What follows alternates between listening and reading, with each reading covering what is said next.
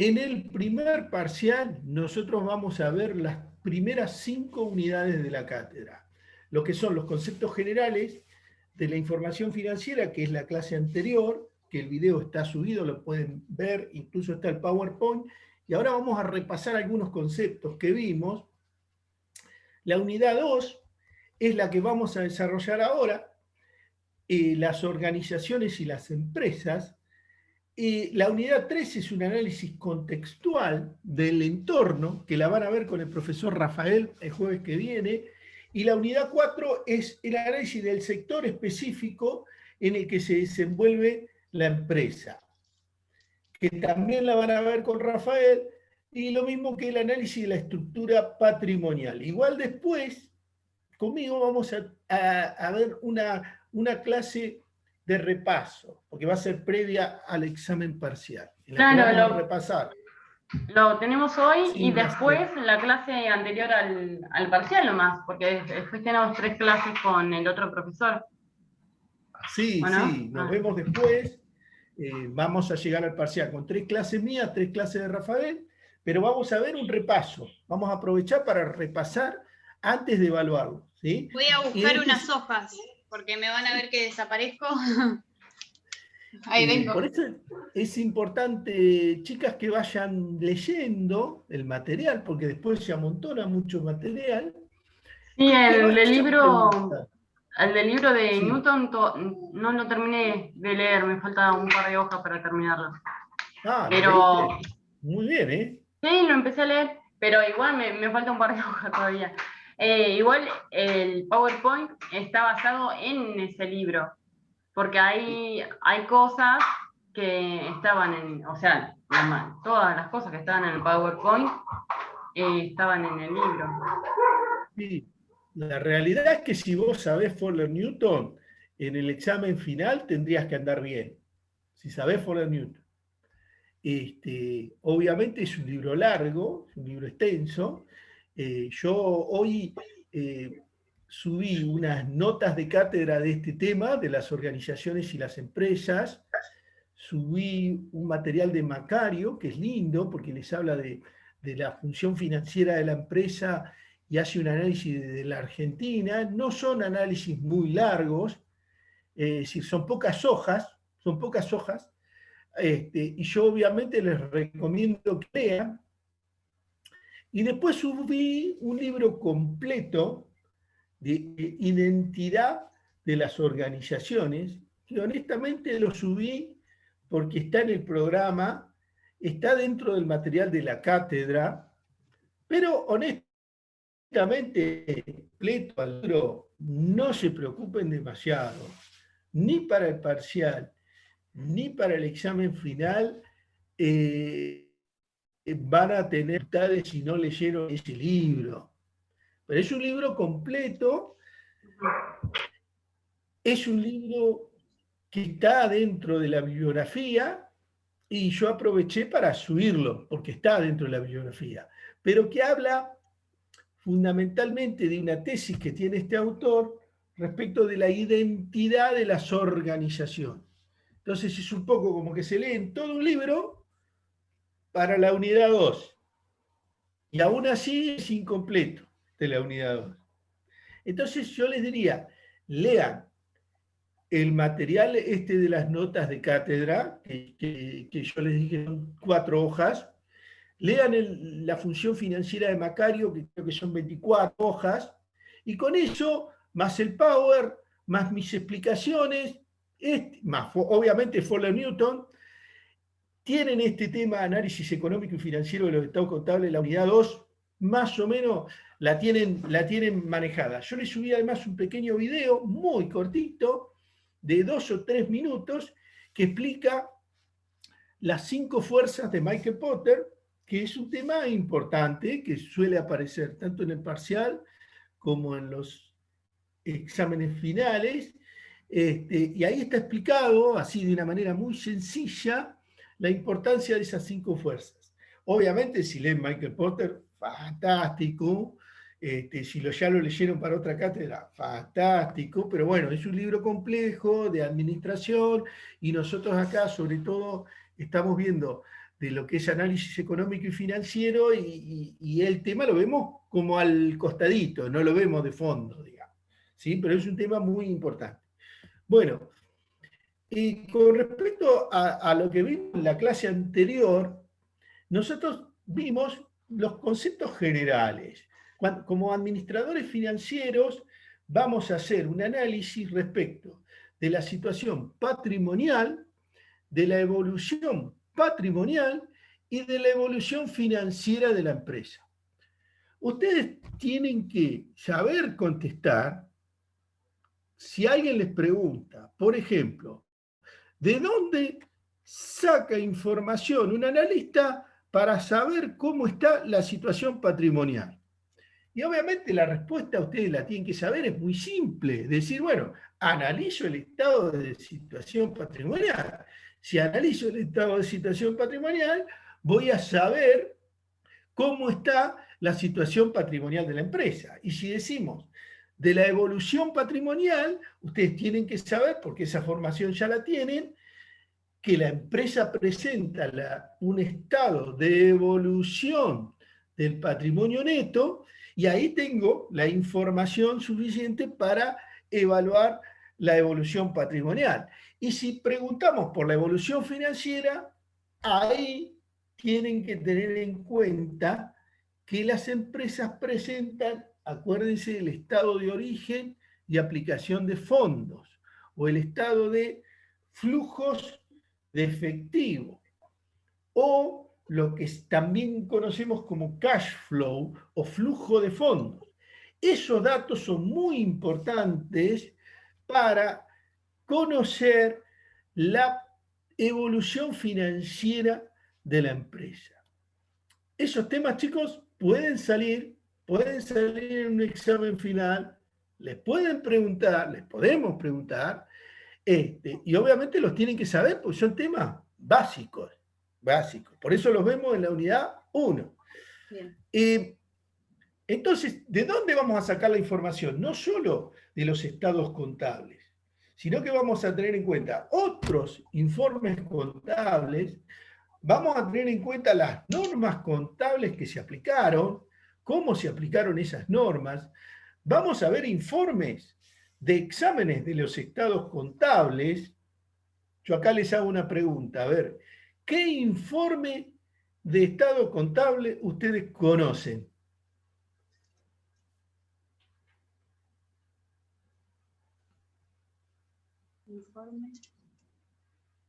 ¿Qué informe de un examen de los estados contables ustedes conocen? Los anexos y las aclaraciones. Yo escucho. Eso en general, las aclaraciones y las notas son muy importantes. Los anexos son muy importantes, pero forman parte de los estados contables. Los anexos y las notas forman parte de los estados contables. Sí. Estos chicos les puede pasar que se traben en un examen final con este tema, ¿eh? No se pueden trabar en esto, porque la respuesta es muy sencilla. No le busquen por el lado complicado.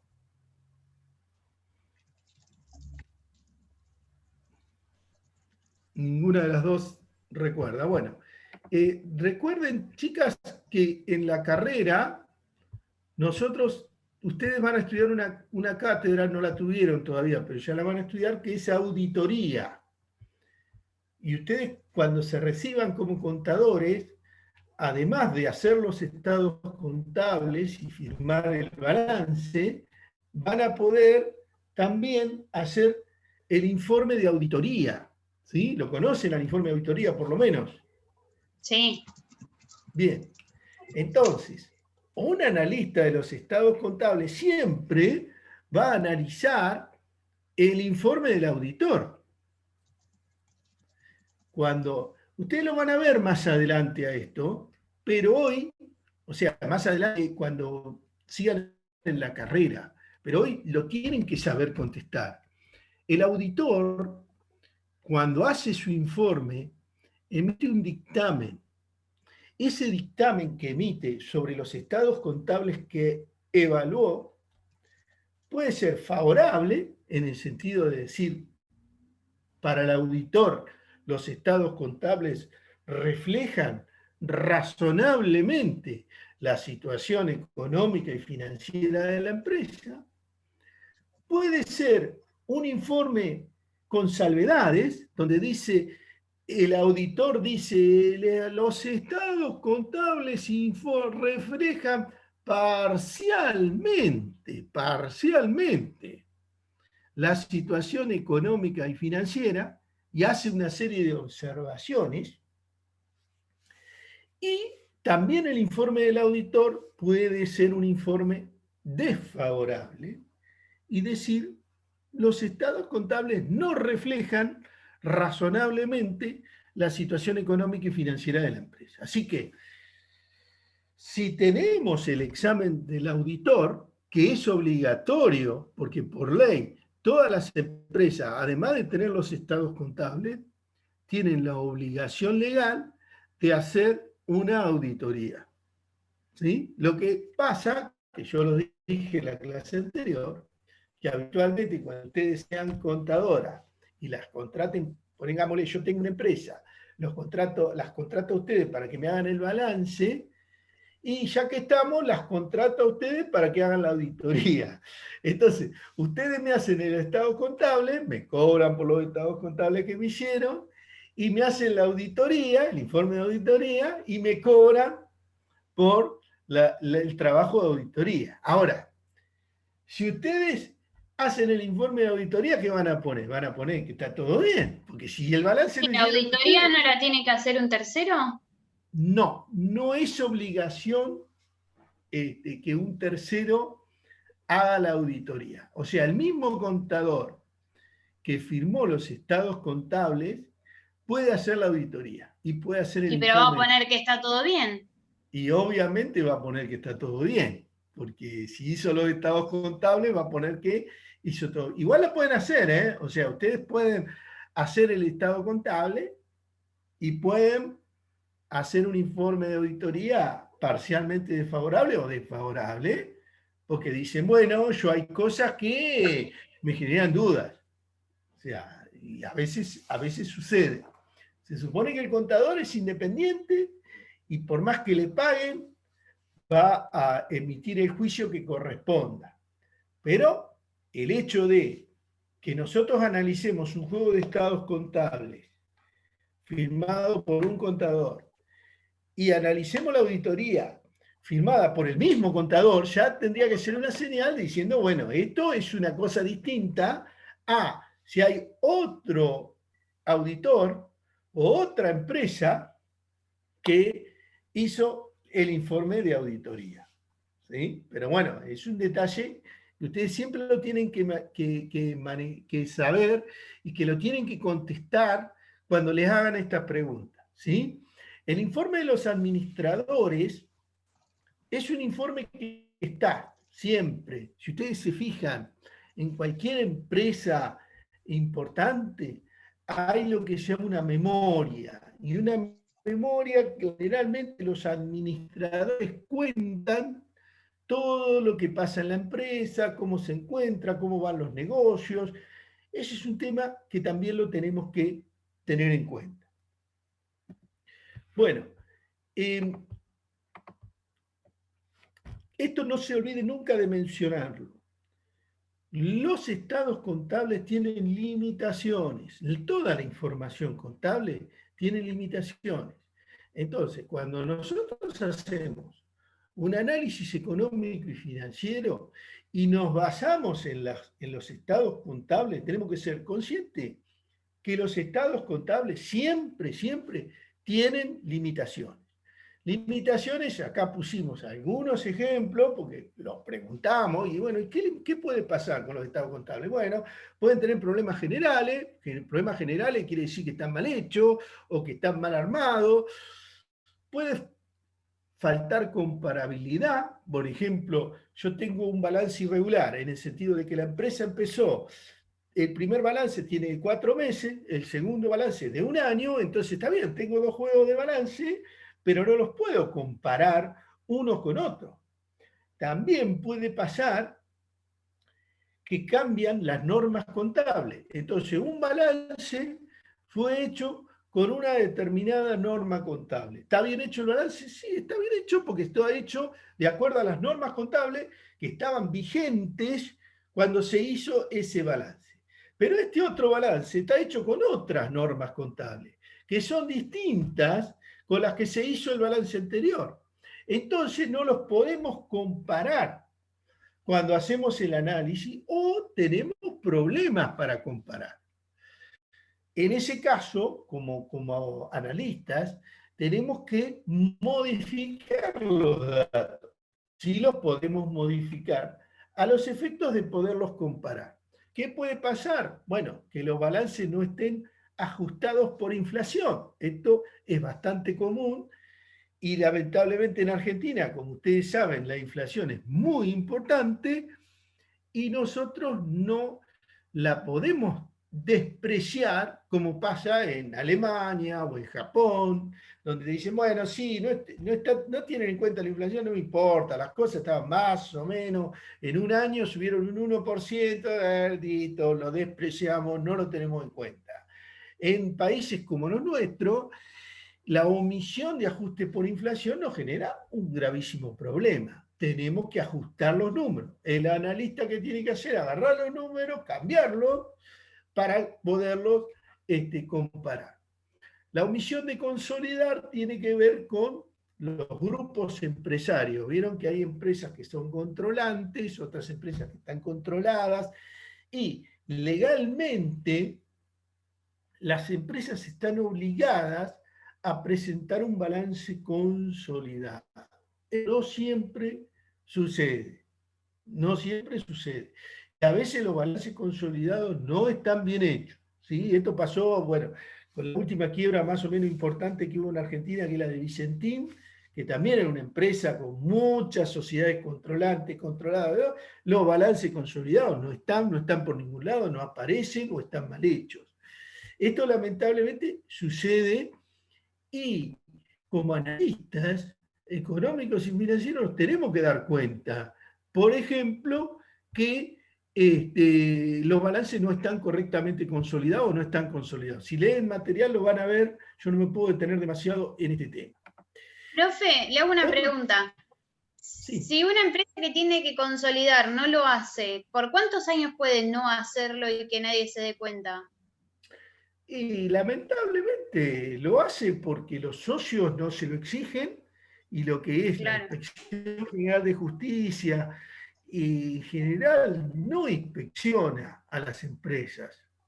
Ahora, si vos sos una empresa que cotiza en la Bolsa de Buenos Aires o cotiza en Nueva York, bueno, tenés que consolidar, porque si no te sacan de la cotización. ¿Por qué? Porque hay un organismo que es, en este caso en Argentina, la Comisión Nacional de Valores, que te lo va a exigir. ¿Por qué? Bueno, porque vos estás poniendo plata, ellos están supuestamente garantizando que la gente... Claro, pero en una que no cotiza en bolsa, uno podría omitirlo. Lamentablemente se omite. No Se omite y es bastante frecuente este tipo de cuestiones y las empresas no la presentan a la información porque no la quieren presentar y en general no la quieren presentar porque hay negocios turbios atrás de todo eso. Claro. Lamentablemente una práctica que y en la medida en que nadie te denuncia o aunque alguien te denuncie, en general si no tenés inspección, no.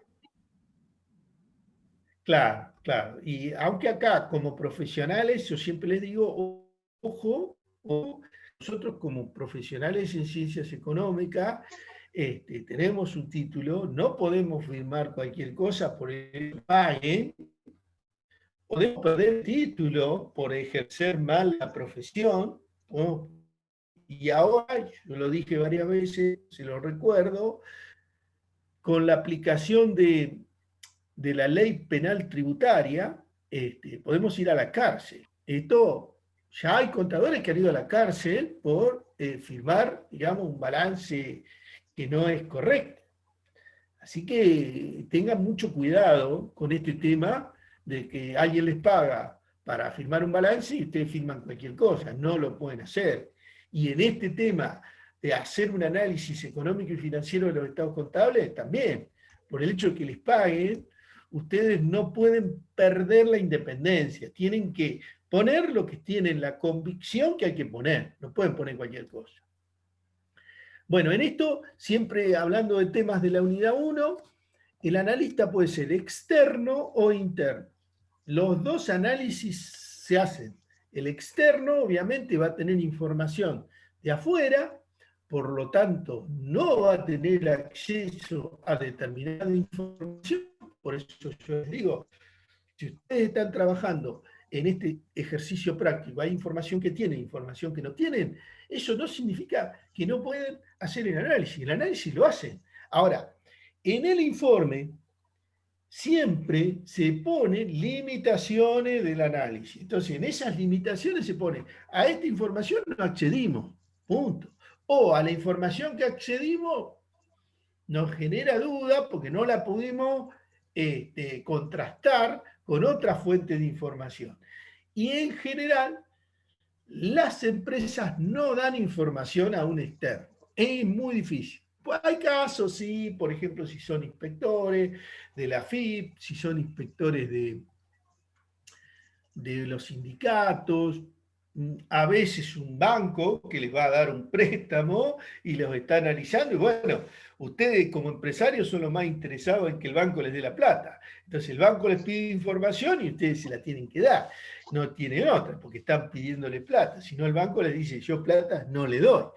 Entonces ahí, por ahí pueden acceder a determinada información. Pero lo habitual es ser analista externo y tener poco acceso a la información interna.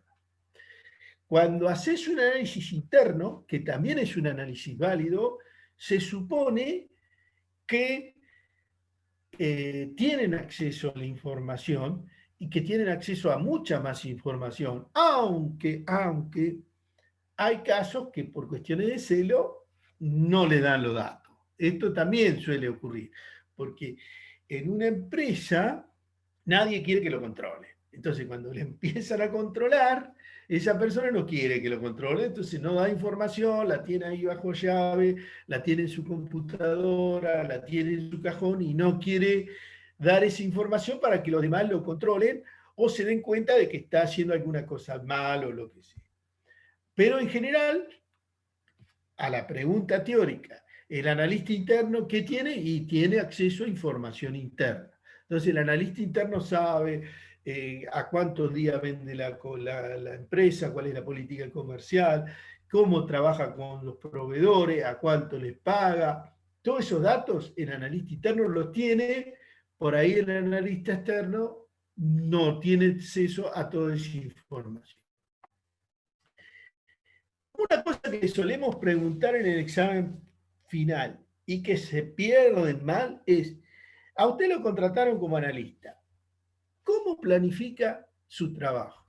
Y ahí largan con cualquier cosa y se pierde, porque empieza, no, bueno, agarro los balances, me pongo a analizar los balances, no, antes de agarrar los balances, no, bueno, yo analizo la plata que tiene en el banco, la rentabilidad, no, antes, no, yo me pongo a analizar el contexto, no, antes, y ahí se tragan y no mueven con el principio. El principio, lo primero que tienen que determinar, chicos, cuando alguien los contrata para hacer un análisis de un estado contable o de los estados contables, es el objetivo. Lo primero que tienen que determinar es el objetivo. El informe que ustedes van a hacer va a tener un objetivo. ¿El objetivo cuál es? Satisfacer al usuario, al que nos contrató. Entonces, depende de quién nos pide el informe, es el tipo de informe que vamos a hacer y el tipo de información que vamos a necesitar. Entonces, acá lo tienen, por ejemplo, un proveedor que le está vendiendo a una empresa, le está vendiendo a crédito, ¿Qué va a querer saber? Va a querer saber si la empresa le va a pagar o no le va a pagar, si le puede seguir vendiendo a crédito, si esa empresa es solvente a corto plazo, o si le conviene ponerle un límite, decirle, bueno, mira, está todo bien, pero yo hasta acá te puedo vender a crédito, más de esto no te puedo vender a crédito. Si es un prestamista que va a prestar dinero, bueno, va a querer saber si la empresa tiene posibilidad de pago. Si es un cliente, por ejemplo, y va a firmar contratos de provisión de bienes o servicios, es decir, si yo, por ejemplo, no sé, le estoy por contratar a alguien que para que me construya un edificio de 20 pisos, quiero saber si esa empresa tiene la capacidad de construirme el edificio o no, porque por ahí la contrato, le pago y resulta que me piensa hacer el edificio y no me lo puede terminar porque no tiene estructura para poder cumplir con lo mío. O algo muy, yo soy exportador, estoy exportando a China, en China me piden fideos, miles y miles de toneladas de fideos, yo soy chino que le voy a llevar los fideos, firmo empresa que me va a dar los fideos a mí.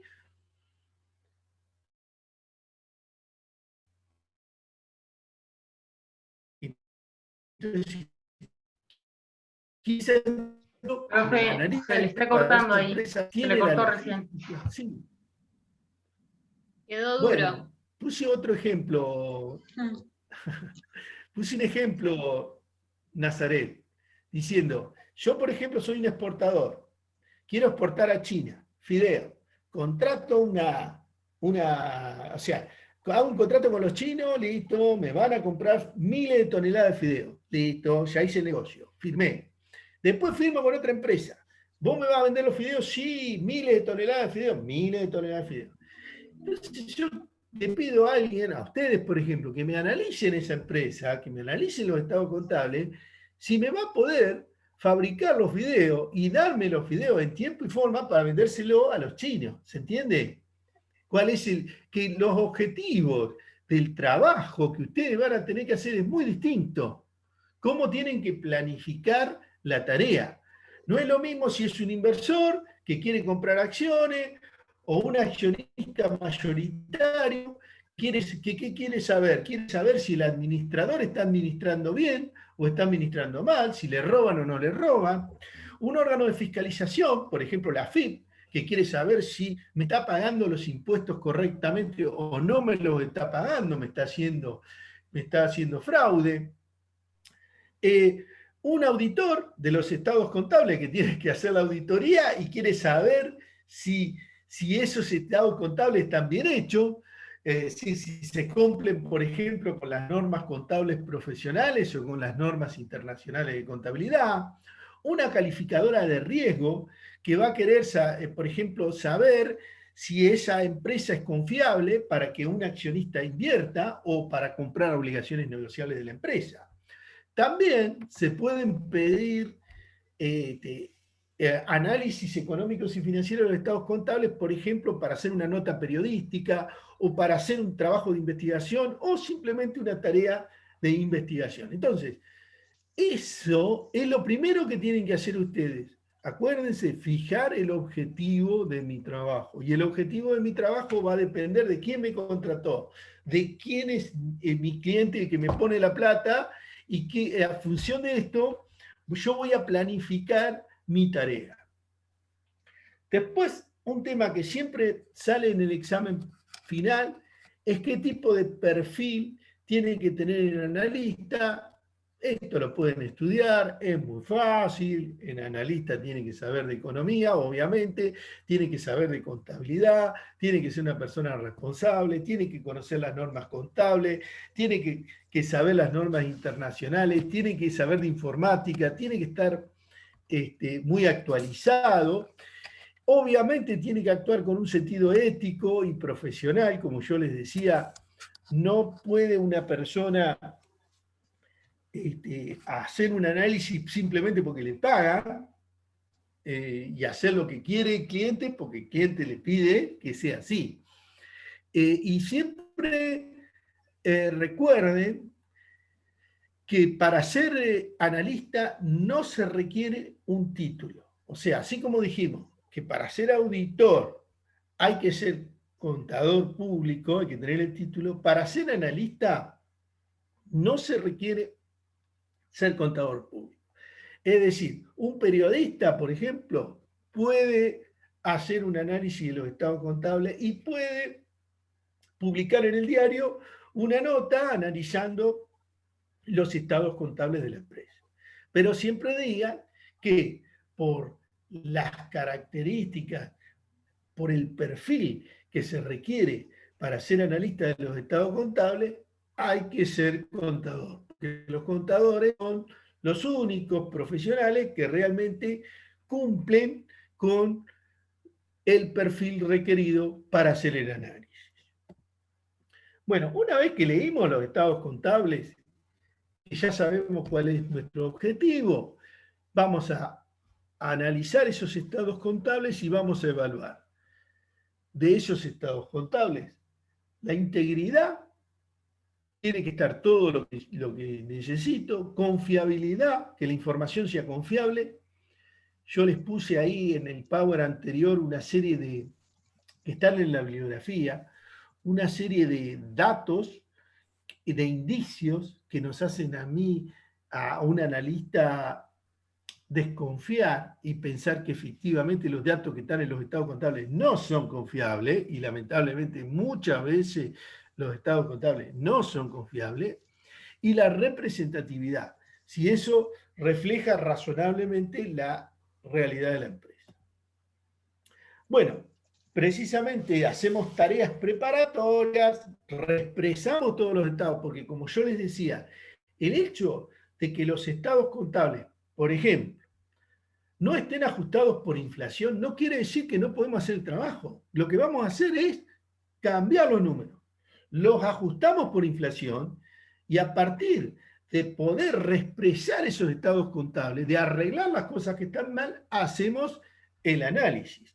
Vamos a acomodar los datos, organizarnos para tenerlos y podemos redondear para que los datos sean mucho más fáciles de entender, ¿sí? Pero digamos que eso sería un poco la planificación de nuestra tarea con respecto al análisis. Acuérdense siempre que tenemos que fijar el objetivo, ¿sí? Bueno, en la unidad 1 vimos otro montón de temas. Vimos el análisis vertical, vimos el análisis horizontal, vimos la correlación, las series. Ahora bien, todos esos temas que son importantes, los vamos a ir viendo más adelante. En cambio, estos temas que yo les comenté, es como que ya no los vemos más. Solamente los van a ver cuando lean la bibliografía, pero en la cátedra ya vamos por otros temas. Estos temas ya no se ven más y son temas que los comenté de nuevo pensando en Belén, que no estuvo en la primera clase, pensando en Leonardo, pensando que Leonardo iba a estar, pero bueno, no está. Sí, también, profe, yo lo leí igual todo eso. Bueno, me alegro. ¿Lo entendiste todo? Sí. Profe, Luciana me dijo que no se pudo conectar porque no tiene internet en la casa. Se le cortó, no sé qué problema tuvo. La clase, como siempre, yo la voy a subir. Sí, así que sí, ustedes la van a poder ver. Estar 3 horas frente a la computadora ya se merece un premio, pero bueno, claro. es algo útil. recomendable. Yo tenía un profesor en la facultad que decía, los primeros 45 minutos los alumnos se concentran en el tema de la clase. Y tiene razón. Los segundos 45 minutos ya los alumnos se concentran en el expositor. Y tienen razón. Y los terceros 45 minutos ya directamente en la madre del expositor y también tienen razón. Porque hay que estar 3 horas. Pero bueno, es lo que nos tocó. 3 horas. Sí. Bueno, vamos a entrar en la unidad 2, que son las organizaciones y las empresas. También es un tema teórico. Vamos a ver las organizaciones, las distintas clasificaciones, la definición de organización, el concepto de empresa, que como es un tipo de organización que obviamente tiene fines de lucro. Vemos el marco conceptual, que sería, digamos, cómo la empresa, nos vamos a enfocar un poquito en la cuestión de las empresas con fines de lucro, porque es generalmente la que hay más fuente laboral, pero bueno, en realidad estas herramientas que ustedes tienen les va a servir para analizar tanto a las empresas con fines de lucro como a las sociedades sin fines de lucro, incluso para el Estado. Analizar un sistema abierto, porque la empresa es un sistema abierto, vamos a ver las características particulares que tiene el sistema abierto. Vamos a ver lo que es el circuito operativo, que esto ya es una tarea que tienen que hacer respecto de esta empresa que ustedes elijan. Van a tener que describir el circuito operativo. Es algo muy simple, diciendo, si es una empresa industrial, ¿qué hace? Compra materia prima, la materia prima la transforma, esa transformación la transfiere en un producto final, producto terminado, ese producto terminado lo lleva al mercado, lo vende, lo transforma en, digamos, en dinero, y con ese dinero vuelve a comprar materias primas para volver a hacer producción. Y es un círculo. En una empresa comercial es todavía más simple.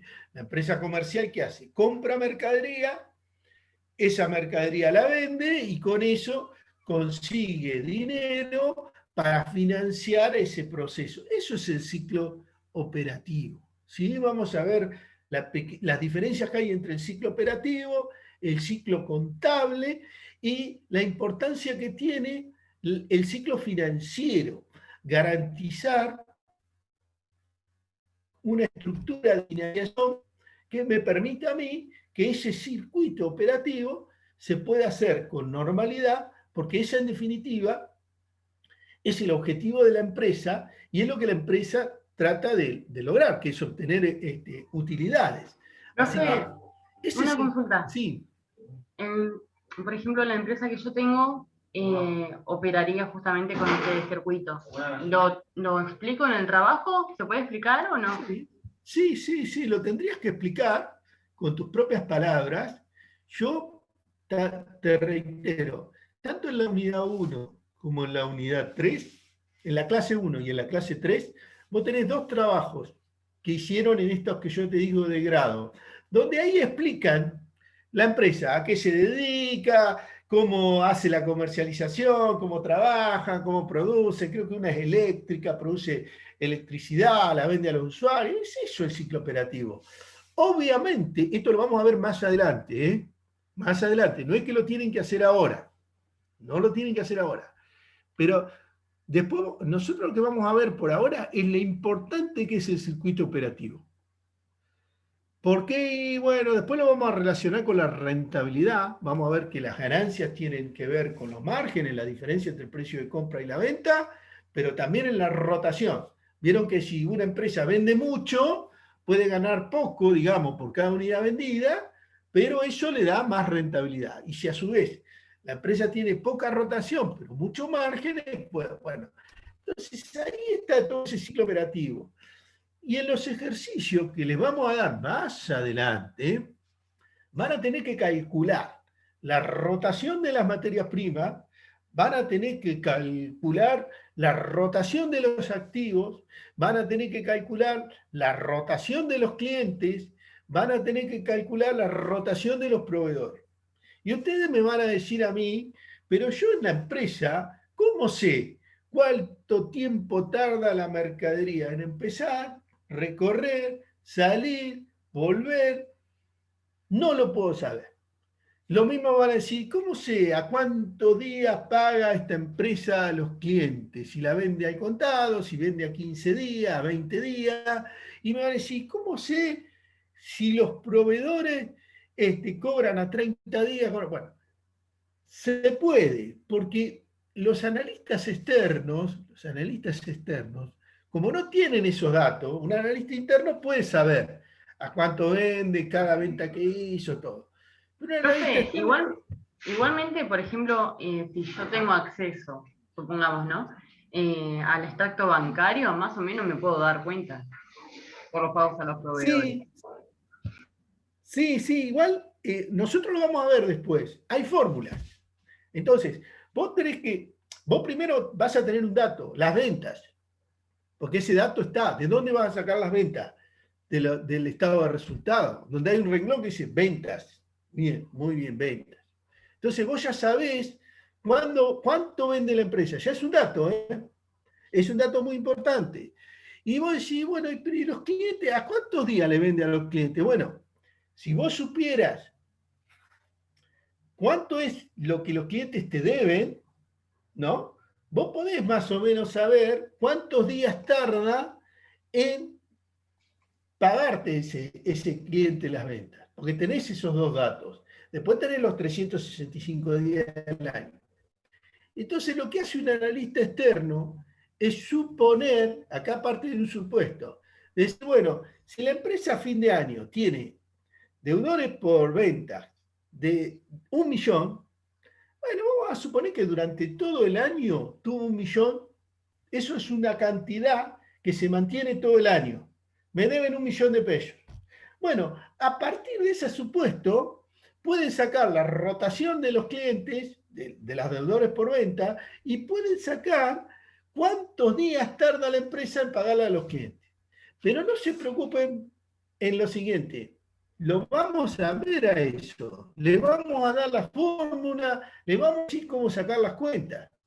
Va a ser fácil, lo que pasa es que eso lo vemos más adelante, no ahora que estamos viendo la introducción de la cátedra.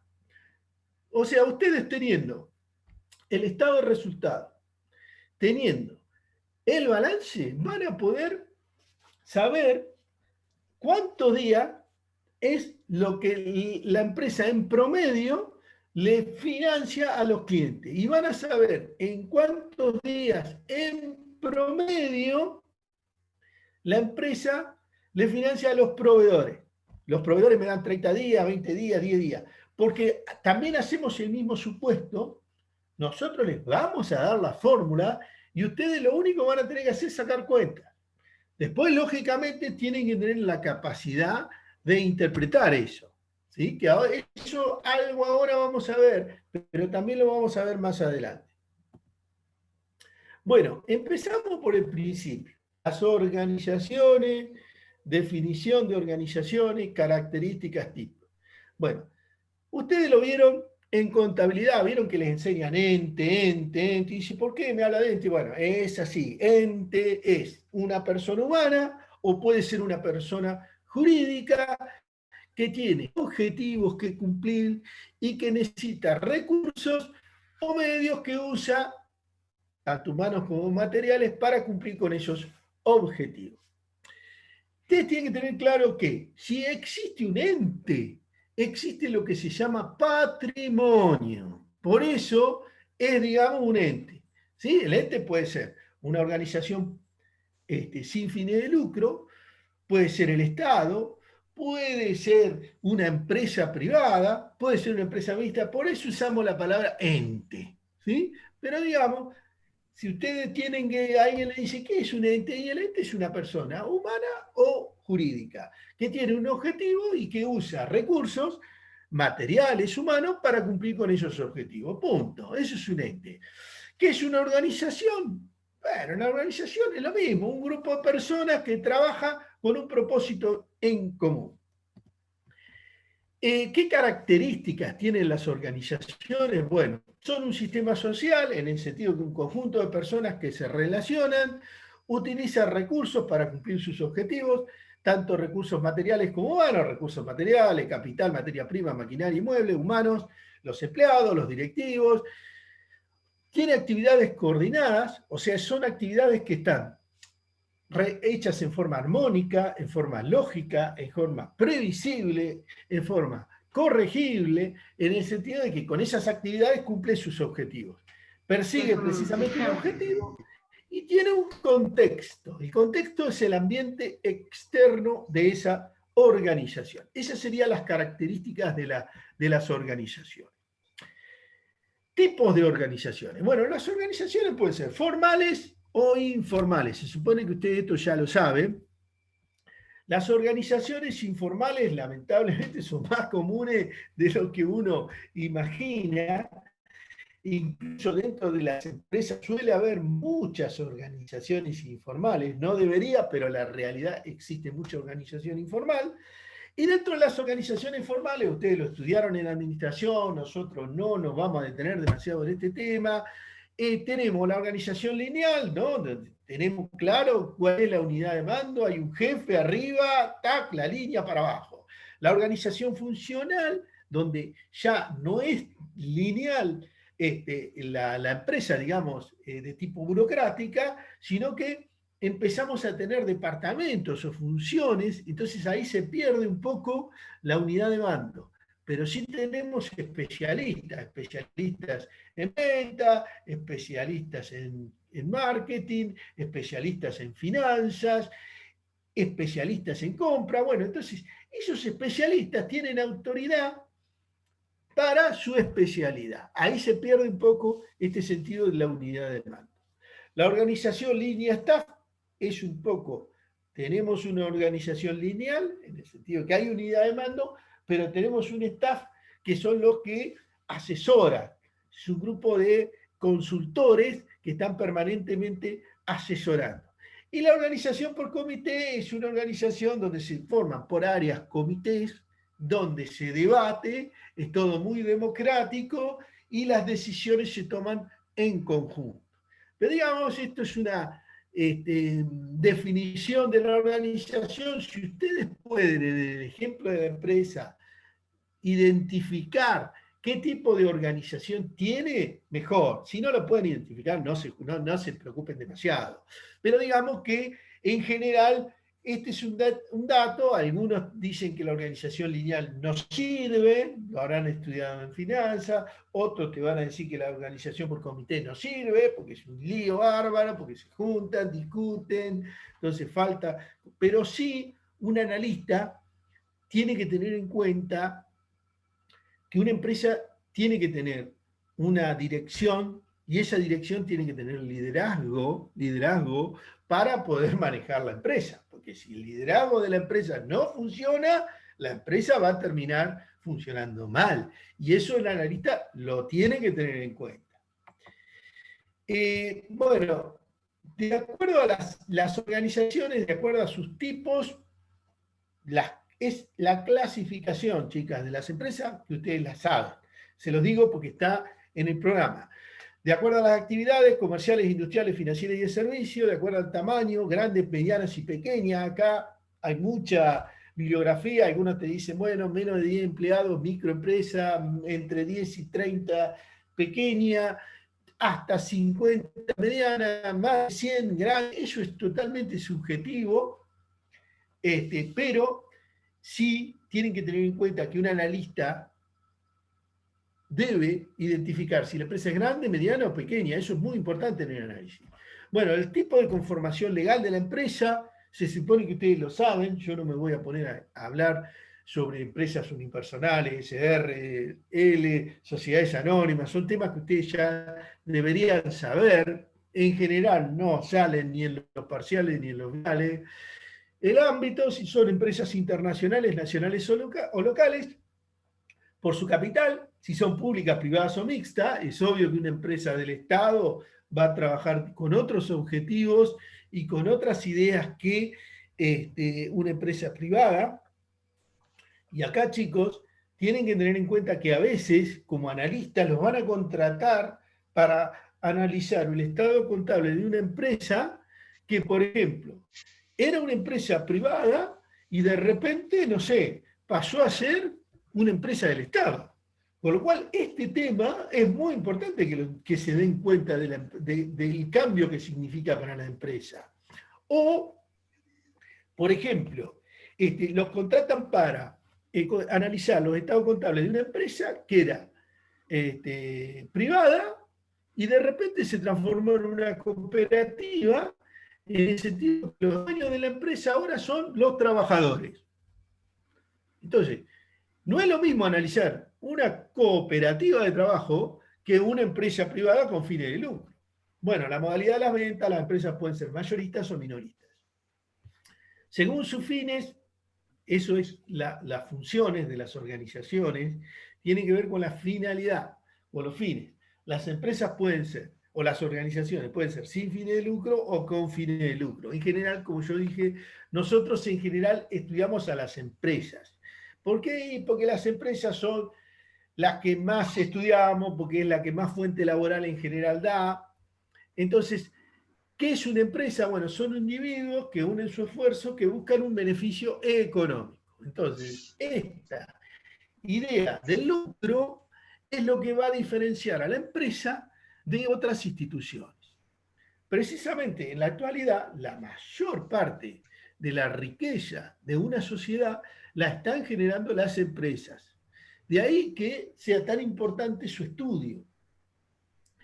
Y bueno, obviamente la empresa en ese sentido es igual que una organización. Es un grupo, es una organización, ¿por qué? Porque es un grupo de personas que persigue un objetivo. En este caso, maximizar la rentabilidad de los propietarios a largo plazo. Con respecto al marco conceptual, bueno, las empresas tienen una identidad, eso es muy importante. Todas las organizaciones tienen que tener una identidad y las empresas también, eso es lo que las diferencia. Pero para que el marco conceptual garantice, digamos, el éxito de la empresa, como dijimos, tiene que tener una dirección con capacidad de liderazgo, tiene que tener un sistema de información de modo tal de que cuando toma decisiones lo esté tomando sobre la base de información confiable, tiene que tener recursos humanos muy motivados, comprometidos con la empresa, y tiene que tener una organización simple, flexible, que le permita adaptarse a la realidad.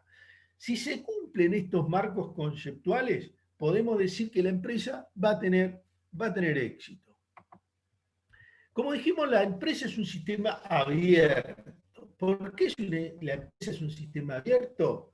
Porque tiene una interacción con el entorno. Entonces, la empresa cuando actúa influye sobre el entorno y a su vez el entorno influye en la organización. De ahí que sea muy importante, como la empresa es un sistema abierto, el análisis del entorno. Esto es muy fácil de entender. Si yo estoy en una empresa y el entorno es de crisis económica, que hay inflación, la gente no tiene plata, las cosas van todo mal, y evidentemente, por más que yo trabaje bien dentro de la empresa, la situación patrimonial y la situación económica y financiera de la empresa va a ser influenciada por ese entorno. Entonces, la situación patrimonial, económica y financiera de la empresa va a depender del entorno, pero obviamente también de lo que se realice internamente en la empresa. A partir de esa influencia del entorno es que lo tenemos que analizar. ¿En qué entorno estamos? En un entorno de una gran incertidumbre. Es decir, no sabemos lo que va a pasar en materia económica, no sabemos lo que va a pasar en materia financiera. Ustedes me dirán, bueno, esto pasa en Argentina porque somos un país muy inestable, entonces hay mucha incertidumbre, caótico.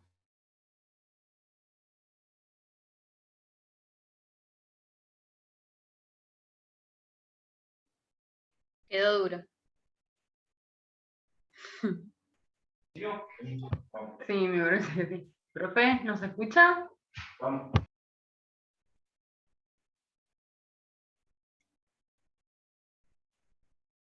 No, se le cortó internet. Ah, se fue. Ah, bueno, listo. Sí, vuelvo, porque Está. se Ahí cortó. volvió, ahí volvió. Sí, sí. No sé hasta dónde me escucharon. Ustedes me dirán. ¿Están viendo la Está. pantalla? Sí, ahí está. Sí. Pero, ¿hasta dónde me escucharon? No, que estábamos hablando La incertidumbre del entorno. del entorno.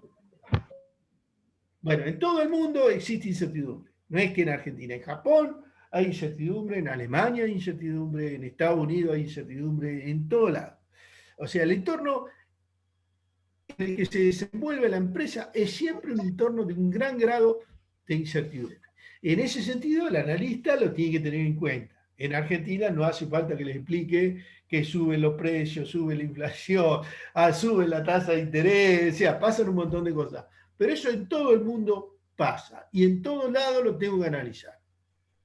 A un entorno que va a ser turbulento, complejo, incierto y cambiante. Y obviamente, ¿qué tiene que ser la empresa? Tiene que garantizar que tiene que haber un equilibrio entre la empresa y el entorno. Yo tengo que garantizar ese equilibrio. Y la empresa tiene que estar preparada para los cambios acelerados que se producen en el mundo.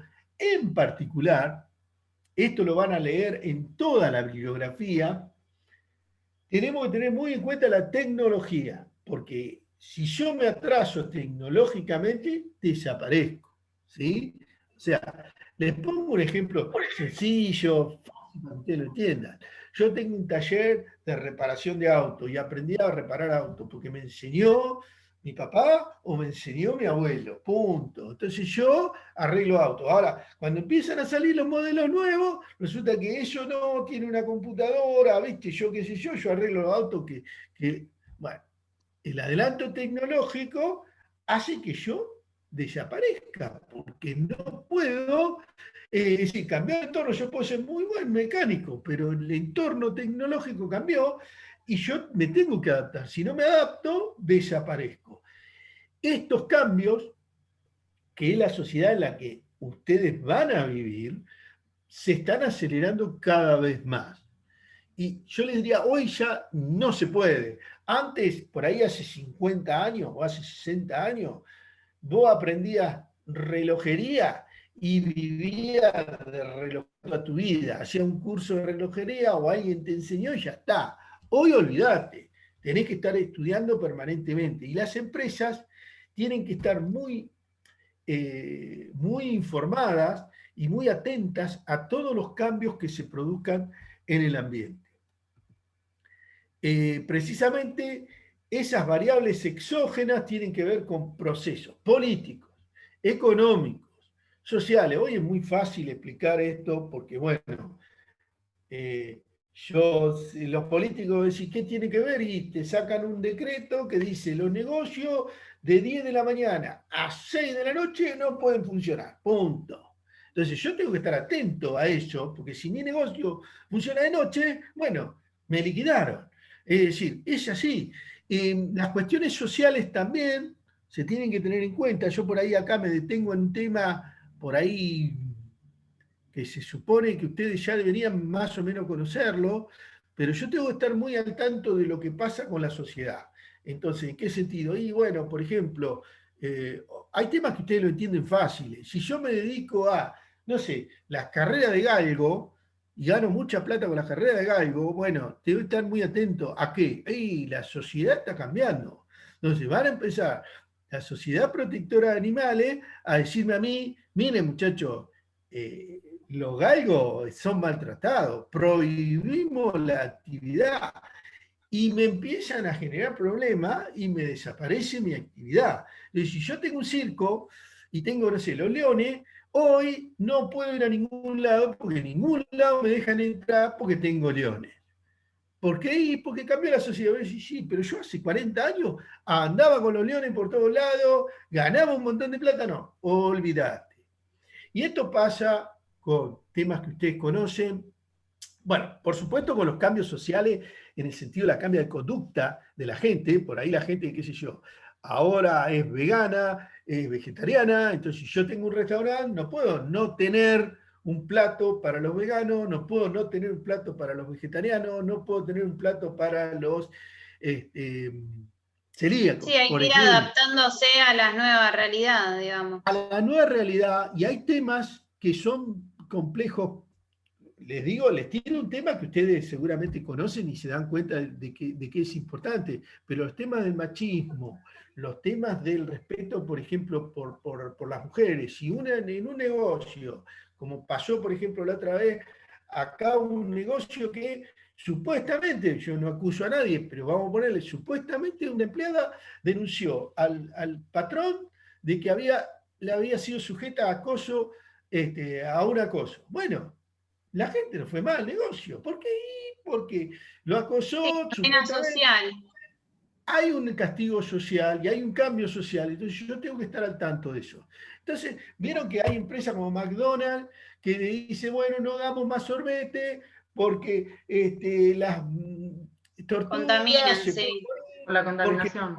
yo nunca vi una tortuga muerta con un sorbete, pero evidentemente ellos, con eso, como que cuidan el medio ambiente. Yo no creo que cuiden el medio ambiente demasiado, pero Claro, venden pero más, como después te están dan la atentos. cajita de la hamburguesa, el papel, 50 sobre mayonesa, la bolsa, cuando te la llevas la bolsa de papel, eso es ilógico. Claro, pero ellos, ¿por qué lo hacen? Porque empiezan a percibir los cambios sociales. Vos antes ibas a McDonald's y tenías que comer hamburguesa, ahora podés pedir una ensalada, por Claro. ejemplo. Por ejemplo, Desde hace profe, yo tiempo soy que... celíaca.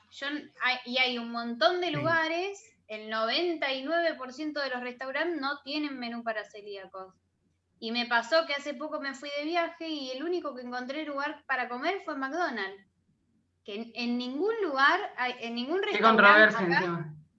claro, en ningún lugar acá en Mar de Ajó me hacen comida para mí. Y no es tan difícil tampoco, porque es nada más no cruzar, no haber contaminación con harina. Y en McDonald's me hicieron hamburguesa con un pan especial para mí, con un queso especial para mí. O sea que están todo el tiempo como mirando la nueva sociedad cómo va avanzando y se preocupan por eso. Y eso es lo que marca también la diferencia con el resto.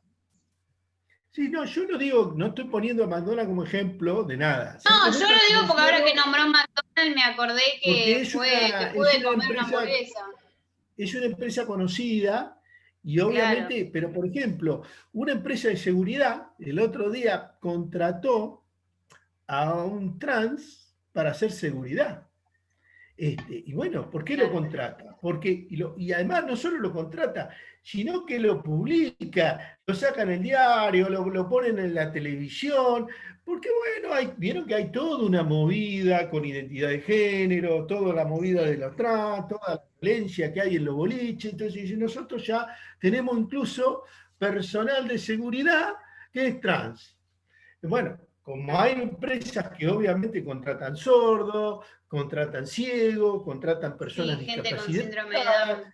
entonces están de alguna manera percibiendo los cambios que hay en la sociedad y los tienen en cuenta todos ese tipo de cambios. Entonces saben que si hay unos árboles y los van a tirar abajo, bueno, van a tener problemas. Es decir, si yo voy allá, no sé, en la costa, saco la arena de un médano y pongo un negocio y es probable que la gente me rechace mi inversión. Lo mismo si agarro la basura, la tiro a la playa o la tiro al mar, y bueno, ensucio todo, ¿viste? A mí no voy a andar gastando plata para, no sé, armar un sistema de reciclaje de la basura o lo que sea. Y yo digo, ¿quién? ¿La gente va a venir igual? No. O sea, yo tengo que estar muy atento a este tipo de cambios que se producen en el entorno, que se producen en la sociedad, porque eso me va a influir en mi actividad, en definitiva en mi rentabilidad. ¿Sí? Bueno, siempre va a haber un escenario general, que son estos procesos políticos, económicos, tensiones sociales, pero también va a haber un escenario particular, específico, que son los competidores, los clientes, las tecnologías. Esto ya es una tarea que ustedes tienen que hacer para este análisis de la empresa. Un poco ver el entorno general, igual el tema lo vamos a ver más adelante, tanto el entorno general como el entorno sectorial, pero ya pueden ir anticipando un poco esto, y también el entorno particular. ¿Quiénes son los competidores de la empresa? ¿Quiénes son sus principales clientes? ¿Qué tipo de tecnología existen? Este tipo de cosas forman parte del análisis de los estados contables. Entonces ustedes en la empresa van a tener que tratar de averiguar. Por ahí no saben quiénes son los clientes porque no tienen información, perfecto.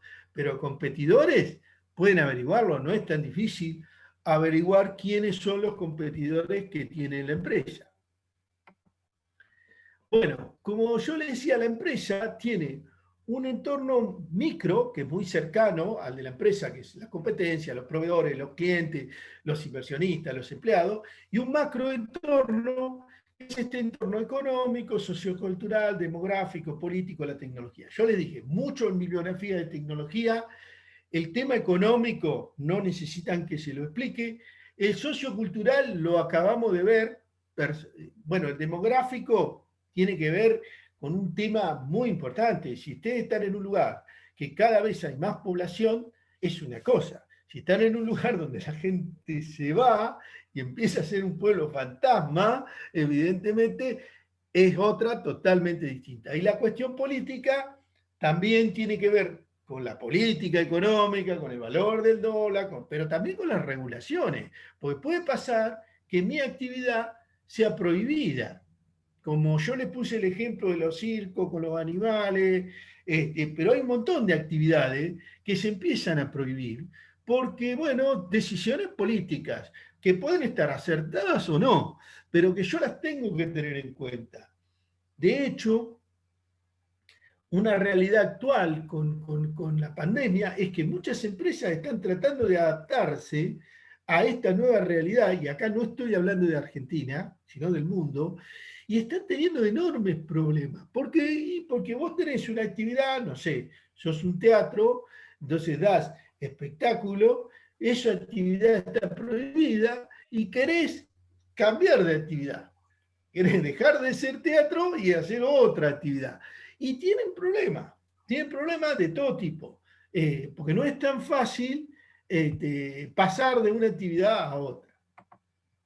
Bueno, y el entorno general de la empresa, como dijimos, lo tenemos que analizar, y el entorno específico, acá es donde van a entrar a jugar lo que nosotros llamamos como las 5 fuerzas de Michael Porter, que yo les dije, hay un pequeño videito donde se los explicamos, pero además nosotros yo tengo un ejercicio práctico que ustedes tienen que resolver, donde tienen que identificar las 5 fuerzas de Michael Porter. Bueno, ¿está subido eso? Sí, yo lo subí ahora, después lo vamos a analizar, lo vamos a conversar. Le subí Yo lo vi eso. Un pequeño ejercicio, y lo vamos a ver ahora. Este análisis DOFA o FODA o DAFO, seguramente ustedes ya lo vieron en alguna cátedra. Lo van a ver más adelante, pero lo tenemos que tocar al tema porque estamos analizando la empresa y el contexto. Entonces, cuando yo tengo que analizar la empresa y el contexto, sí o sí tengo que hacer un análisis de FODA o DAFO o DOFA, como lo quieran llamar, donde lo que vamos a analizar es tanto la parte interna como la parte externa de la empresa. Vamos a analizar las ventajas que tiene la empresa y las desventajas que tiene la empresa. ¿Cuáles son las amenazas y cuáles son las oportunidades? Y tenemos que anticiparnos a los hechos. Es decir, ¿cómo nos anticipamos? Y, por ejemplo, nosotros las debilidades las podemos transformar en una fortaleza. Las amenazas las podemos evitar, las podemos eludir, las podemos esquivar o las podemos, o nos podemos anticipar. Todos estos temas lo van a ver más adelante, pero en el práctico que yo les voy a dar hoy, ustedes van a tener que hacer la matriz. La matriz es hacer un cuadradito, analiza debilidades, analizan amenazas, analizan fortalezas y oportunidades. Esto está bien, está bueno que lo van a tener que hacer con la empresa que ustedes elijan, pero no ahora en la unidad 2, lo van a tener que hacer más adelante. Porque esto es, digamos, que parece muy simple, muy sencillo, es la herramienta de análisis que es necesario tener siempre, porque siempre hay que tener una actitud de flexible, en el sentido de ser optimista, de ver oportunidades que se me presentan, posibilidades que tiene la empresa, pero también hay que tener la visión de las amenazas y los riesgos que tiene la empresa. Precisamente, a partir de un correcto análisis del entorno externo, pero también del entorno interno, la empresa que va a hacer, va a tener un comportamiento que se va a adaptar a ese entorno y que le va a permitir mantener el equilibrio, como les decía yo, que la empresa siga funcionando normalmente. A partir de, como decíamos, las amenazas, las oportunidades, las fortalezas y las debilidades. Yo tengo que identificarlas, ver, o sea, las fortalezas son las ventajas, las debilidades son las amenazas, que pueden ser tanto de adentro de la empresa como de afuera de la empresa. Y termino en esta matriz que me va a mostrar la posición FO, digamos, las fortalezas y las oportunidades son las ventajas, y la posición DA, que son las debilidades y la amenaza, son las trampas que puede tener la empresa. Este análisis siempre lo tienen que hacer, por más que parezca algo muy sencillo. Es siempre importante tener la mente abierta y poder hacer este tipo de análisis. Así que el analista va a tener que hacer un análisis interno de la formación de la empresa, de cómo está constituida, como yo les decía, si tenemos liderazgo o no tenemos liderazgo, pero también un análisis externo del entorno. En ese análisis externo tenemos que analizar las fuerzas directas y las fuerzas indirectas, que es el análisis de Michael Porter. Las fuerzas indirectas son la tecnología, la economía, la política, las pautas culturales, el clima. Por ejemplo, yo en el práctico que vamos a ver nosotros ahora, vamos a ver una empresa que tiene muy simple, muy chiquitita, pero que funciona en Mar del Plata. Como funciona en Mar del Plata, bueno, ¿qué tenemos en cuenta? El clima. Por ejemplo, en verano es una cosa, en invierno es otra. Una cosa tan simple como esta tiene que estar dentro del análisis de las fuerzas indirectas y obviamente del análisis de la perspectiva de la empresa, de lo que va a pasar. Las fuerzas directas son básicamente tres: los proveedores, los clientes y los competidores. ¿Qué diferencia hay entre las fuerzas directas e indirectas? Que las fuerzas directas tienen un impacto inmediato en la empresa. En cambio, las fuerzas indirectas tienen impacto, sí, tienen impacto en la empresa, pero por ahí no es tan inmediato. O sea, subió el dólar, bueno, por ahí hoy no pasa nada, mañana no pasa nada, pero ya sabemos a la larga que eso va a tener un impacto en la empresa. Este análisis tiene en particular en cuenta la competencia, pero digamos, el análisis de Michael Porter tiene que ver con estas 5 fuerzas que están ahí en este gráfico a la izquierda, que tiene que ver con la rivalidad entre los competidores. O sea, yo estoy dentro de un sector, sí o sí hay competidores. Hay distintos tipos de rivalidades entre los competidores. Hay rivalidades que son tranquilas, nos llevamos bien con todo, no pasa nada, uno compite por precio, calidad, o incluso ahí está, hay acuerdo, bueno, vos tenés tus clientes, yo con tus clientes no me meto, vos no te metas con los míos. Hay rivalidades que son tremendas, tremendas. Te bajan el precio, te bajan esto. Entonces, el sector puede tener una intensidad de rivalidad muy alta o no. Después, los clientes pueden tener un gran poder de negociación. O sea, yo tengo que analizar mis clientes y ver si mis clientes tienen un gran poder de negociación. Les doy un ejemplo. Vamos a suponer que yo soy un tambero, produzco leche. Bueno, tengo un cliente que es una marca líder, que seguramente ustedes conocen, que es La Serenísima. Bueno, ese cliente resulta que tiene un poder de negociación enorme, tan grande que me compra lo que quiere, al precio que quiere y me paga al momento que quiere. Y yo le tengo que vender como él quiere, laburar para el cliente. ¿Por qué? Porque tiene un posicionamiento en el mercado muy fuerte. O sea, si yo les digo a ustedes leche, ustedes piensan la Serenísima, le viene a la cabeza. No viene, hay otra leche, pero no le viene a la cabeza otro tipo de leche que no sea la Serenísima. Estará Sancor, lo que sea, pero usted la Serenísima. Entonces, una marca líder que aprovecha su posición dominante en el mercado y que obviamente te dirán, por ejemplo, yo también voy a poner una fábrica de dulce de leche. Bueno, pongámosle que ustedes pongan una fábrica de dulce de leche. Se van a encontrar con un pequeño problema. Los tamberos no le venden leche. ¿Por qué los tamberos no le venden leche a ustedes? Porque la Serenísima no los deja. ¿Cómo que no los deja? No los deja. La Serenísima agarra. Vos a ese que quiere ponerle a Belén y a Nazaret, que acaban de poner una fábrica de dulce de leche, no le vendés leche, porque si le vendés leche a ellos, yo no te compro nunca nada. Pero además, por otra cuestión, como que te hacen un análisis del tambo, te dicen que el tambo está sucio, que la leche que vos vendés está contaminada, y bueno, te funde. No se puede, y no se puede, pero se puede. Entonces nadie puede poner una fábrica de dulce de leche a un determinado nivel porque no lo dejan. Entonces ahí yo tengo que ver que puede pasar que tengo clientes con una gran capacidad de negociación y que se quedan con gran parte de mi beneficio.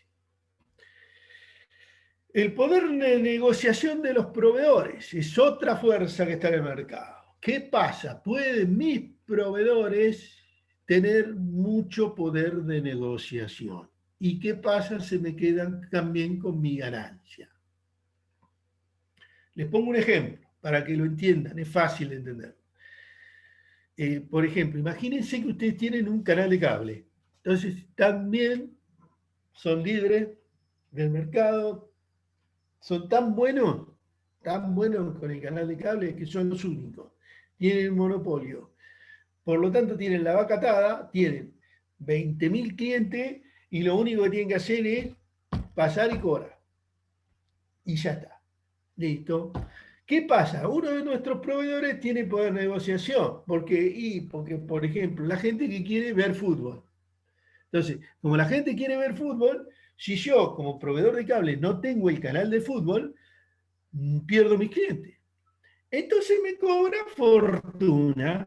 ¿Cuánto me cobra? Y todo lo que, si yo tengo 50 clientes, me va a cobrar y le cobro 2.000 pesos a cada cliente, se me va a quedar con el 90% de las ganancias. Incluso, no sé si han visto, pero por la duda, por ahí ustedes no miran deporte, y está bien si no miran deporte, que los van cambiando de canal. O sea, primero él pasa a los partidos Fox, entonces te vendieron Fox.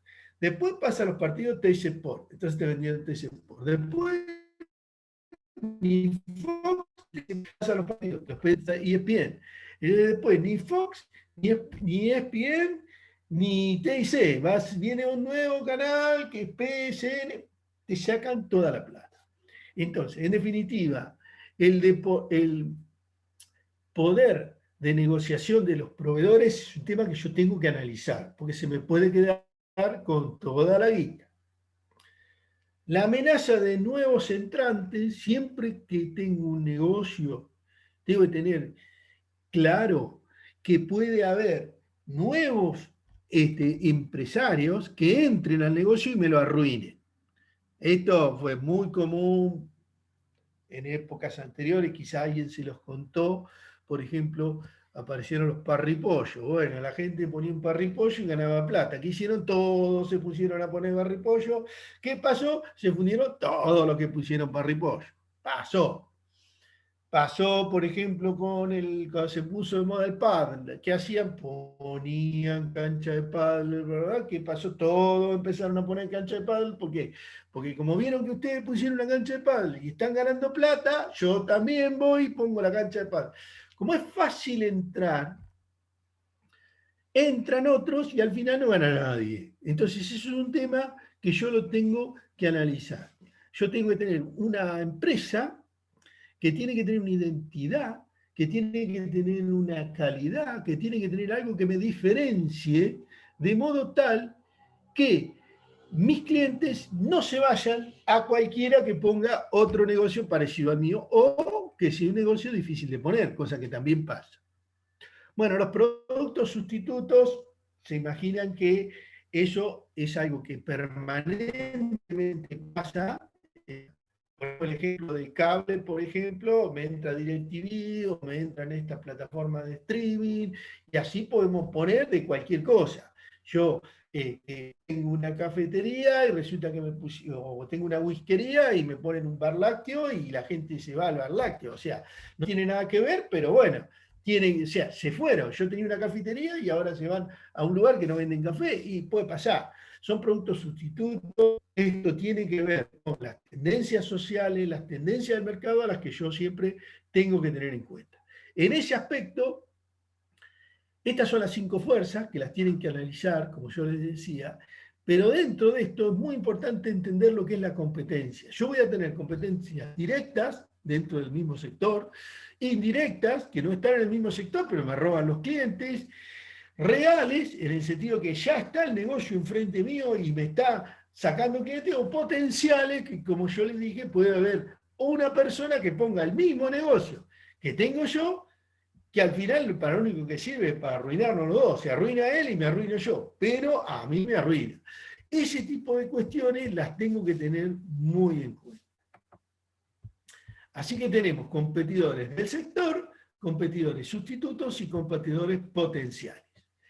Este es un gráfico que les muestra las 5 fuerzas de Potter, cómo en general la empresa va a tener una estrategia, que es lo que se conoce como un plan de negocio, y cómo a su vez los sectores de la economía en general le va a influir sobre la empresa. Son todos temas que lo vimos, ya los desarrollamos. Yo voy suponiendo que ustedes lo entienden, si no lo entienden me van diciendo, pero es explicación de lo mismo que ya hemos hablado. Bueno, acá se explica estas 5 fuerzas de Potter que yo les dije, muy importante, ténganlas, estudienlas, porque las podemos tomar en el parcial, las podemos tomar en el final, y bueno, eso es un tema que yo ya se los expliqué. Sí, decime. Una consulta, si por ejemplo, no es mi caso, pero si por ejemplo, la empresa tengo una ferretería, con el tema de los clientes o de los proveedores, ¿cómo haría? Porque el ejemplo que dio sí es más fácil quizás porque es pero a ver, los clientes, se supone que no tenés ningún cliente que tenga poder de negociación. ¿Por qué? Claro. Porque vos estás haciendo ventas minoristas a personas comunes y en consecuencia vos lo único que te tenés que preocupar es de tener una buena calidad de servicio, en el sentido de una buena atención, vender buenos productos y venderlos a un precio razonable. No salirte, digamos, listo, ya está. No vas a tener clientes complicados, digamos, que te pueden sacar tus ganancias. Con los proveedores, en general, en el caso de la ferretería, vos no tenés proveedores directos que se aprovechen de la situación. No hay. Entonces vos tenés muchos proveedores, muy bien, muchos proveedores. Ahora, te comento, si te pones a analizar el finito, empezás a encontrar, o sea, por ejemplo, Aluar, aluminio argentino. Todo el aluminio lo tiene Aluar. Todo lo que sea aluminio, Aluar te pone precio. Entonces, vos tenés una ferretería, te encontrás que no te venden los proveedores. No te venden. Porque ahí no hay precio, o te venden a precio dólar. Y vos decís, yo no puedo vender mi mercadería, quedarme sin mercadería y no poder reponer, no sé cuál es el precio. Bueno, no hay. Tiene su complejidad como todo. Pero vos no tenés un solo proveedor de artículos de ferretería. Vos tenés un montón de proveedores y por lo tanto no vas a tener problema con los proveedores. Productos sustitutos, evidentemente, ¿qué te puede pasar? Que vos compres mercadería que después quede obsoleta. O sea, vos te compraste, no sé, no se me ocurre a mí, pero caño, te pongo un ejemplo absurdo, caños de plomo. Y el plomo no se puede usar más, ¿viste? Porque es contaminante, porque se demostró que funciona mal, ¿viste? Entonces ahora aparecieron otro tipo de cañería. Yo te estoy hablando de historia, esto pasó hace 50 años. Si supiera ahora qué tipo de cañerías, ¿viste? Que tenés termosellado, sin termosellado, ¿viste? ¿Qué sé yo? Bueno, vos por ahí compraste un montón de productos que ya están obsoletos, que no se usan más. Te quedaron como clavos. Aparece un producto nuevo que superó a eso y bueno, y la mercadería que vos tenés la tenés que liquidar a pérdida. Entonces, aparecen sí productos sustitutos. Si vos tenés una ferretería, ahí tenés que estar muy atento de eso. Barreras de entrada, se supone que cualquiera puede poner una ferretería. Ahora, de ahí a poner una buena ferretería hay una distancia enorme, ¿sí? Entonces, vos te podés diferenciar como, por ejemplo, yo te pido un tornillo y vos, acá está, ¡pac! Lo encontraste enseguida. Voy a otra ferretería, digo, necesito un tornillo de 4, de 5, están 3 horas buscando el tornillo que lo encuentra. O no lo tiene, o no lo tiene. ¿Viste? Entonces vos te podés diferenciar de esa manera. Entonces no va a ser fácil para alguien poner una ferretería y ofrecer el mismo servicio que tenés vos. ¿Por qué? Porque estás bien organizado, sabés dónde están las cosas, sabés los precios. Es decir, viste que a veces vos comprás algo y están 2 horas para ver cuánto te cobran, porque no saben lo que vale. Y una consulta, el tema de los productos sustitutos es porque otra empresa, otro negocio puede tener eso mejor que vos, digamos, o vos también lo puedes producir, ¿no? La otra empresa tiene que tener algo. Los sustitutos son los mismos, los productos que satisfacen la misma necesidad. No. Como decirte leche, sí, la Serenísima o leche Sancor, O no en sé. polvo, por ejemplo, de otra marca, sí, claro. No. Pero Bueno. vos podés sustituir, por ejemplo, el café por el té, o el café por la yerba, o la yerba por el té. Incluso se puede sustituir, como yo les dije, por ahí un producto que no tiene nada que ver con nada, se sustituye, porque vos decís, bueno, yo miro televisión, bueno, y resulta que ahora miran streaming, ¿viste? Y bueno, es otra cosa. Entonces, el producto sustituto es un producto que viene a complicarme la vida a mí. Yo estoy bien acá, vendo yerba. Bueno, resulta que ahora, con el tema de la pandemia, no toman mate por la bombilla. ¿Viste? Entonces, vamos a comprar café.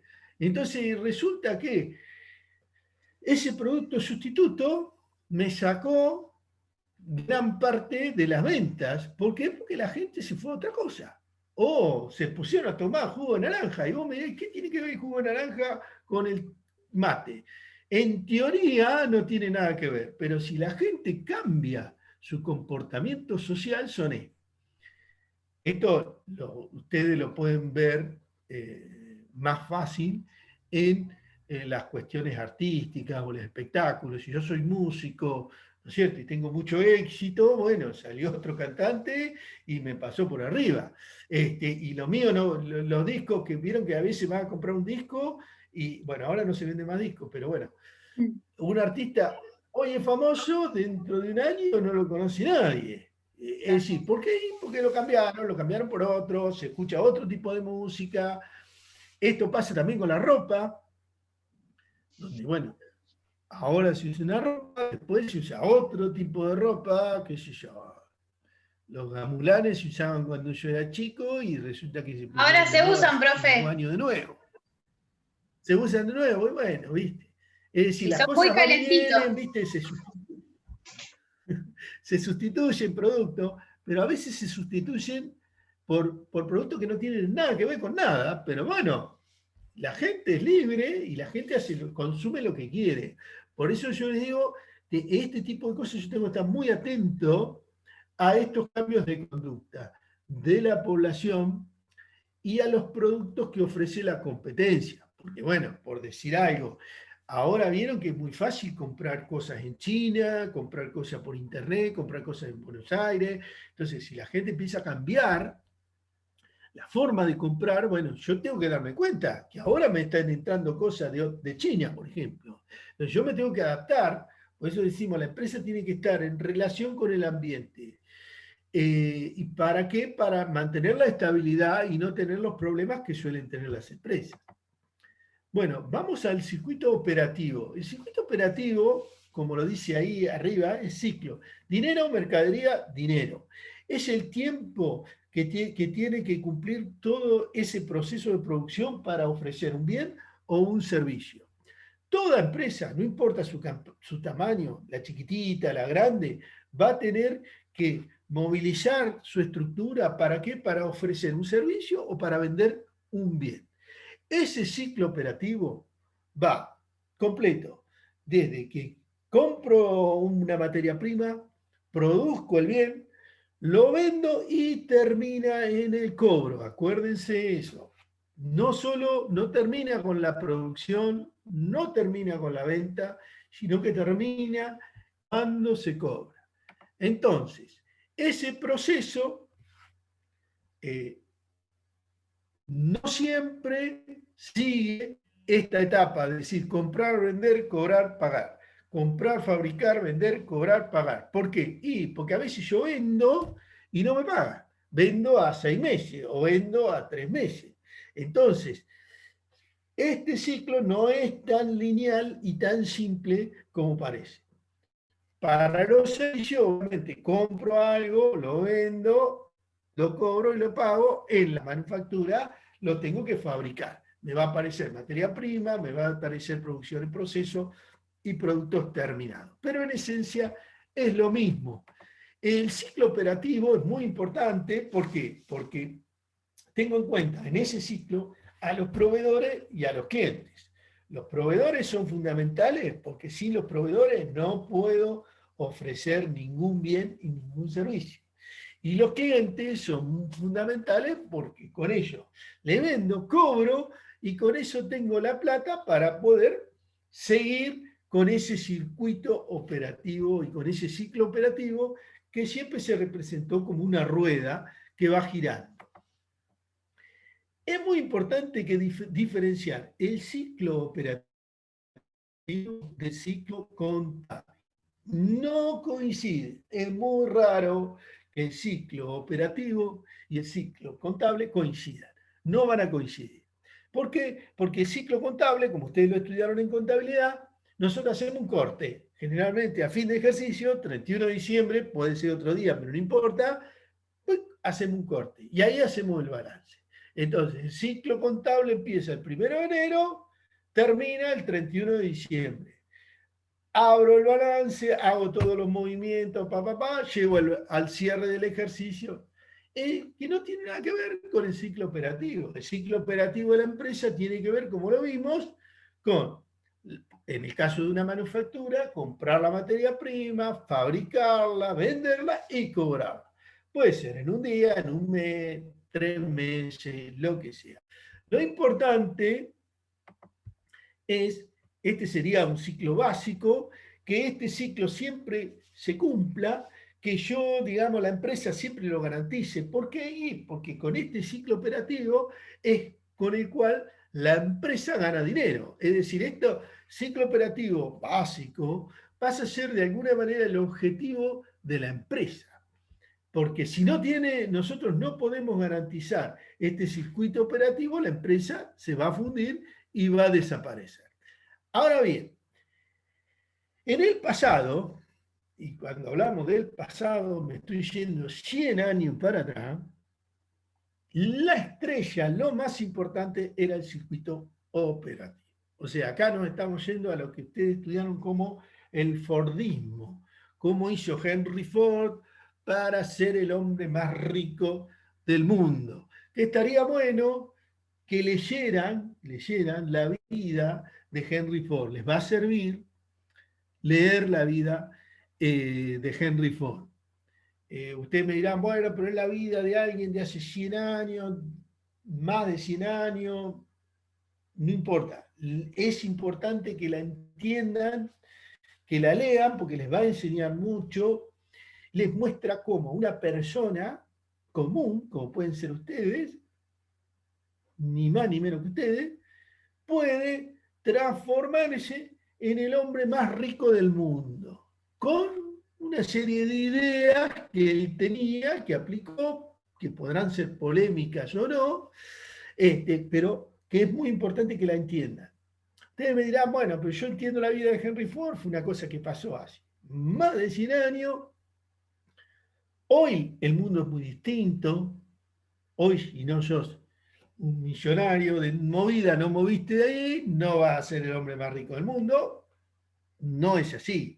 O sea, por ejemplo, Bill Gates, que fue durante muchos años el hombre más rico del mundo, se lo conoce como el Henry Ford del siglo XXI. ¿Por qué? Porque más o menos su historia, su vida, que también está bueno que la lean, es más o menos como la de Henry Ford. También, un tipo común, como ustedes, que con unas cuantas ideas que las pudo llevar adelante y se transformó en el hombre más rico del mundo. Y hoy no es el hombre más rico del mundo porque no quiere, o sea, él donó 60.000 millones de dólares, 40.000 millones de dólares, y dice, no quiero ser el hombre más rico del mundo. Y entonces dona plata para no ser, no figurar primero en la lista, pero si quisiera sería nuevamente. Con esto les quiero decir, pueden entender un poco cómo es cómo es la mentalidad empresaria, cómo se hace para hacer negocio y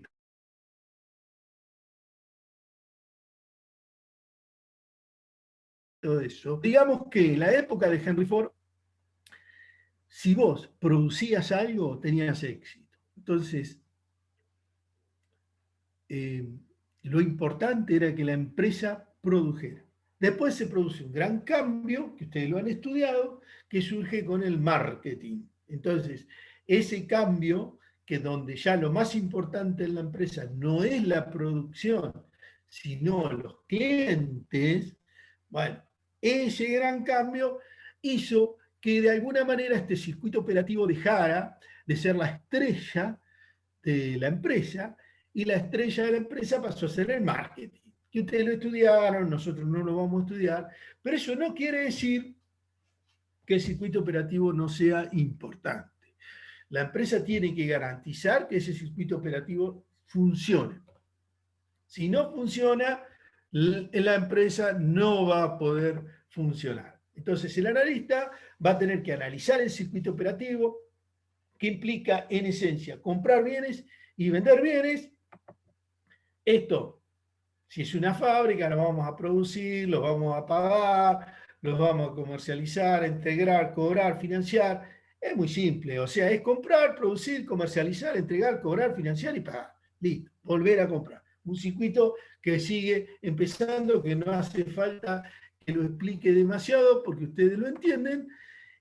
Parece simple, pero ¿por qué no es tan simple? Y porque no se da así en esta relación siempre, sino que es muy frecuente que tanto a los proveedores no le estemos pagando, por ahí lo estamos financiando a 3 meses, 6 meses, y lo mismo pasa con los clientes, con las ventas, donde en muchos casos las ventas son financiadas. Entonces, esto hace que este ciclo, dinero, mercadería, dinero, se haga más complejo, y de ahí que nosotros tengamos que analizar un ciclo financiero a corto plazo y un ciclo financiero a largo plazo. Un ciclo financiero a corto plazo que me va a permitir realizar toda esta actividad y garantizar el circuito operativo, y un ciclo financiero a largo plazo que me va a permitir a mí financiar mi activo fijo, las máquinas, los edificios, en fin.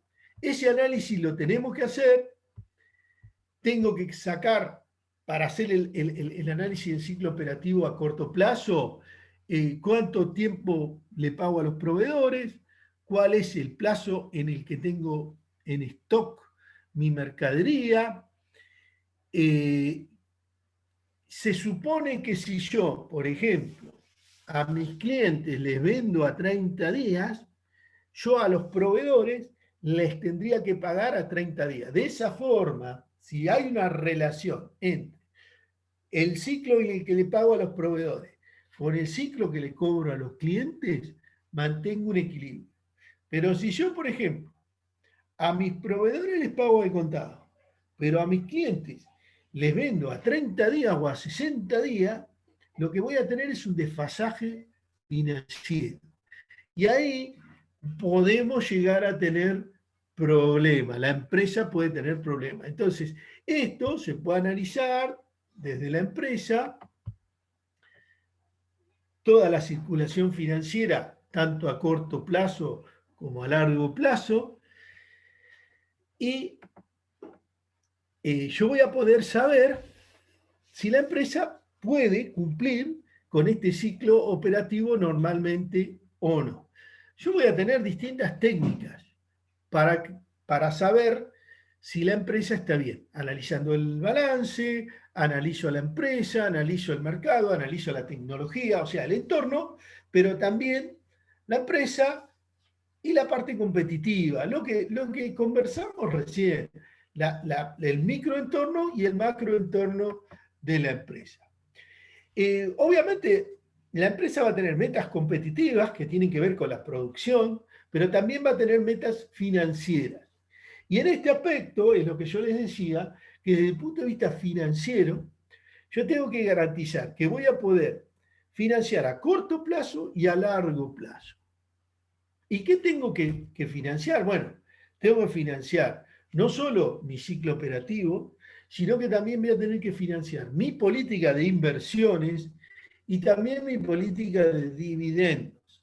¿Por qué? Porque los dueños quieren llevarse las ganancias. O sea, esto pasa en las grandes empresas, sociedades anónimas, pero también en las pequeñas empresas. Siempre los dueños se quieren llevar las ganancias. Así que yo eso lo tengo que tener en cuenta. Como, ¿de dónde saco plata? Bueno, plata la voy a sacar de aporte de los propietarios, la voy a tener de préstamos, que puedo contratar, pero también tengo que devolver, y si pido plata prestada tengo que pagar intereses. ¿Y de dónde? O sea, necesito plata para pagarle al personal, para pagarle al Estado, por ejemplo, los impuestos, para pagarle a los proveedores, para pagarle a los proveedores de equipo, o sea, el activo fijo, y ¿quién me va a traer plata? Los clientes. Entonces, yo tengo que analizar que todo este flujo de fondos me permita, por un lado, cumplir con el circuito operativo y por el otro lado, garantizar la financiación. Y que esa financiación sea óptima en el sentido de tener el menor costo posible, pero también el menor riesgo posible. Esto es otro tema que es muy complicado analizar, los riesgos que tiene la empresa. Pero digamos que tenemos, como dijimos, un ciclo financiero corto que tiene que ver con garantizar el ciclo operativo, la producción de mercaderías, la venta, y un ciclo se me corta, no sé si me escuchan, un ciclo financiero largo que tiene que ver con financiar el activo fijo, para lo cual voy a tener el dinero propio que aportan los socios, pero también los préstamos. Un error bastante frecuente en el análisis es el capital propio de los propietarios. Eso tiene un costo que yo tengo que analizar. A partir de ahí, la empresa va a tener lo que se llama una estructura financiera. La estructura financiera, en términos numéricos, que ustedes lo van a entender muy fácil, yo voy a tener una inversión, que es mi inversión en el activo. Acuérdense, activo corriente y activo no corriente. El activo circulante y el activo fijo. ¿Y cómo se va a financiar? Con el pasivo y el patrimonio neto. Patrimonio neto, lo que aportan los socios y las ganancias o las utilidades retenidas o no distribuidas. Y el pasivo, las deudas, que tengo deudas a corto plazo y tengo deudas a largo plazo. Tengo un pasivo corriente y un pasivo no corriente. Tengo un activo corriente y un activo no corriente. Todos temas que ustedes conocen de la contabilidad. Yo tengo que tener una proporción que me garantice mínimo costo, mínimo riesgo. Esto es la proporción equilibrada. ¿Cuáles son las posibles estructuras financieras? Una, por ejemplo, que tengo. Mi activo es igual al patrimonio neto. Eso me da lo que puedo considerar la máxima solvencia. Pero ¿qué pasa? Una empresa no puede tener como objetivo que todo su activo se financie con patrimonio neto. No existe. No es posible esto. Otro escenario es tener un equilibrio financiero. ¿Cómo se logra ese equilibrio financiero? Mi activo circulante es financiado por lo menos por el pasivo circulante. Nunca va a ser mayor mi activo corriente que mi pasivo corriente. Y en consecuencia, si mi activo corriente es mayor a mi pasivo corriente, nunca voy a tener mi activo fijo financiado por deudas a corto plazo. Lo cual es fundamental. Si eso sucede, que es el otro escenario de desequilibrio financiero, en el cual mi pasivo corriente es mayor que mi activo corriente, yo voy a tener una parte de mi activo fijo financiado a corto plazo. Si es así, puedo tener gravísimos problemas, puedo llegar a no poder financiar mi actividad y puedo caer en sobresalto financiero o incluso en situaciones de insolvencia. Pueden llegar a leer por ahí que hay empresas que tienen capital de trabajo negativo, o sea, activo corriente más chico que pasivo corriente. ¿Tienen capacidad de qué? Pero eso son las... ¿Profe? ¿Qué dijo que tienen capacidad el de qué? activo corriente, puede haber empresas con activo corriente menor a pasivo corriente. Pero eso no es común, no es común, son muy raros. Por ejemplo, un hipermercado puede tener capital de trabajo negativo. ¿Por qué? Bueno, si ustedes le van a vender a un hipermercado, lo que sea, pongámosle que ustedes producen tomate, le van a vender al hipermercado, el hipermercado le va a decir, te compro todo, vení, tráelo. Eso sí, yo te pago 10 pesos. Porque te pagan 10 pesos por los tomates. Que a mí me lo cobran 100. Pero además le va a decir, le voy a pagar a 120 días. Si te gusta bien, si no, anda. Si usted tiene que llevarle los tomates, venderle los tomates a 10 pesos y cobrar a 120 días. Y el hipermercado gana porque me vende los tomates a mí, no a 10, a 100. Pero además a mí me lo vende al contado.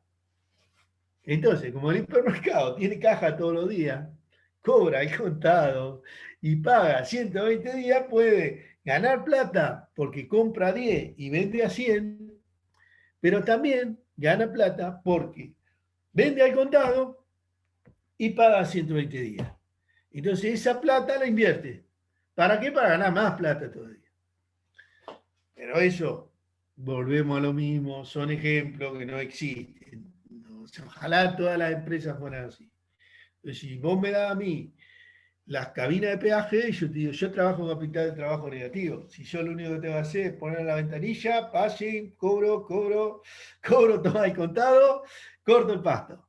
Las empresas no funcionan así, no hay negocios así, son muy poquitos. ¿Sí? Así que, en general, ustedes siempre digan esto, que el activo corriente tiene que al menos alcanzar el pasivo corriente. ¿Sí? Tanto en el parcial como en el final. ¿Sí? Bueno, los factores que influyen en la estructura financiera van a estar el riesgo. No necesitan que le explique en Argentina los riesgos que hay. Si me endeudo en dólares, no necesitan que le explique los riesgos que tenemos endeudando en dólares. Si pide un préstamo a tasa variable, o sea que la tasa va variando de acuerdo a los valores del mercado, no necesitan que le explique.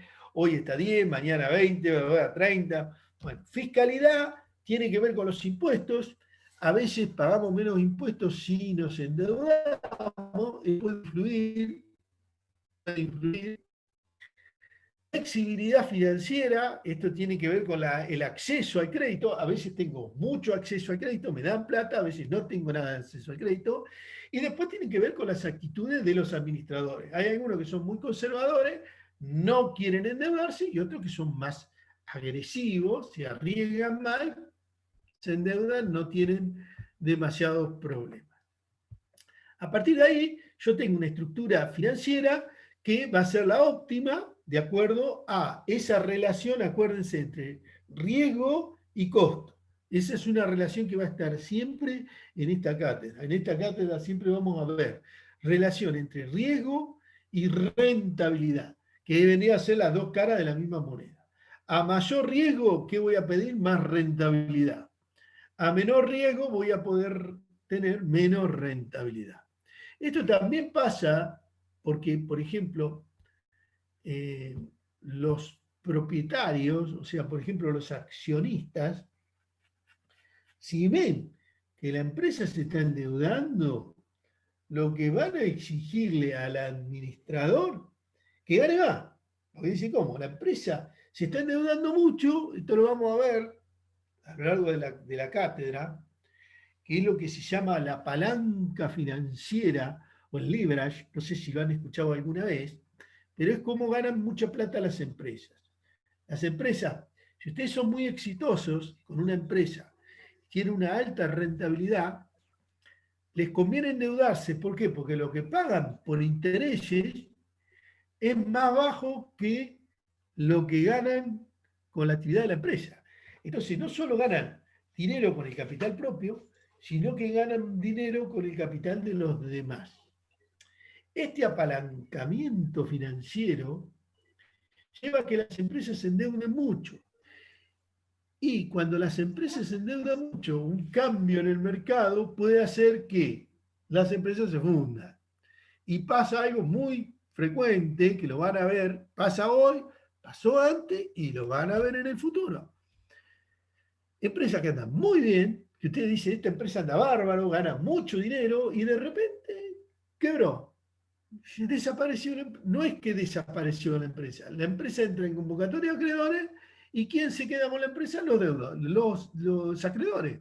Porque lo que hacen es un análisis, miran, activo, pasivo, patrimonio neto, y los acreedores le dicen, vos no me podés pagar, listo, dame la empresa, si la empresa es mía.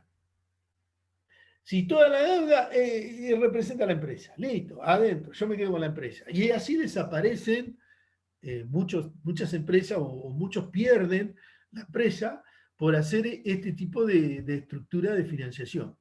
Por eso yo les decía, cuando la empresa se empieza a endeudar, los accionistas empiezan a exigir más beneficio y más rentabilidad.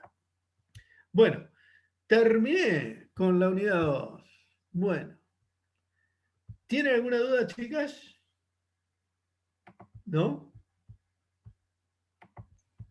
Por ahora no, profe. Quizás Bueno. después cuando lo lea. Bueno.